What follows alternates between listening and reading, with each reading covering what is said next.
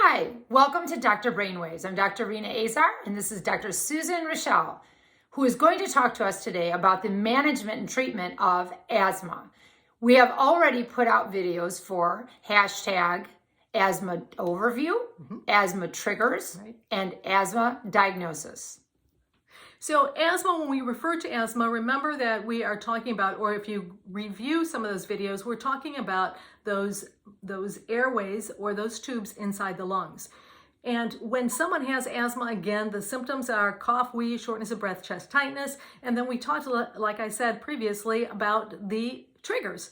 So the management of asthma involves three major areas. So one of those is to identify what those triggers are and to try to avoid them or treat them.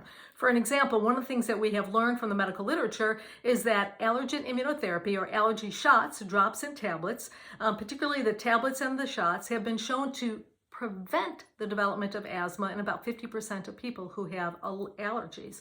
So that is really key. You know, I think about it when someone has diabetes. If there was a way that you could have prevented diabetes, would you have? And the majority of people would say yes.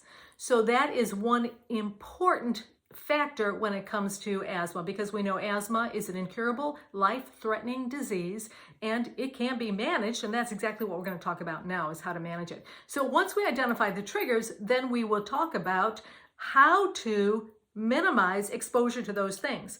So I talked about allergies a little bit, but when it comes to allergies, if someone has dust mite allergy, we talk about those avoidant measures: dust mite covers on the mattress, box spring pillow, washing the sheets in hot water, take carpet out of the bedroom, keeping humidity at less than 50%, as well as removing dust collectors. And when it comes to reflux, gastroesophageal reflux, we talk about precautions: elevate the head of the bed, no eating 2 hours before you go to sleep at night, and eliminate certain foods from your diet that can trigger reflux. That can be a trigger for asthma. So that is really the mainstay of therapy.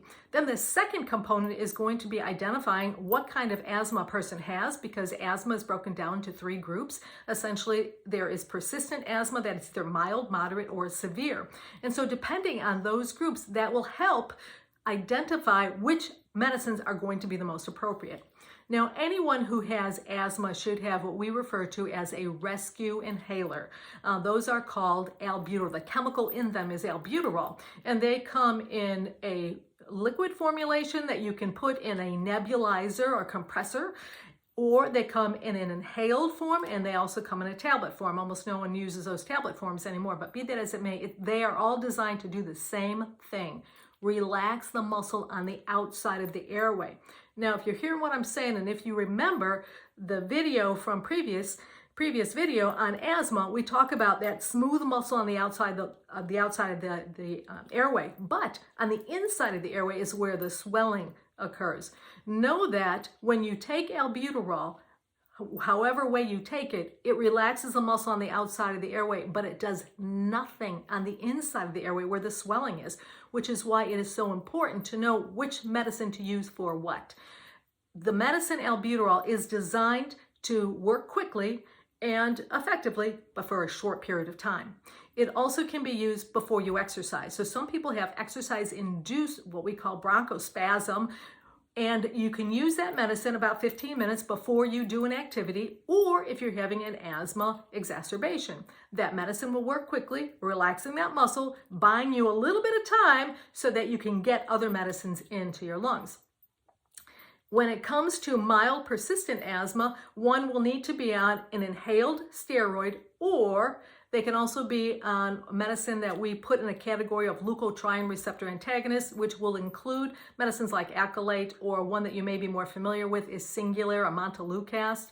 Montelukast, I should mention here, is that it recently got a black box warning because it can cause mood changes in people. So just keep that in the back of your mind, especially if you're one of those who takes Singulair or Montelukast, which is a generic formulation.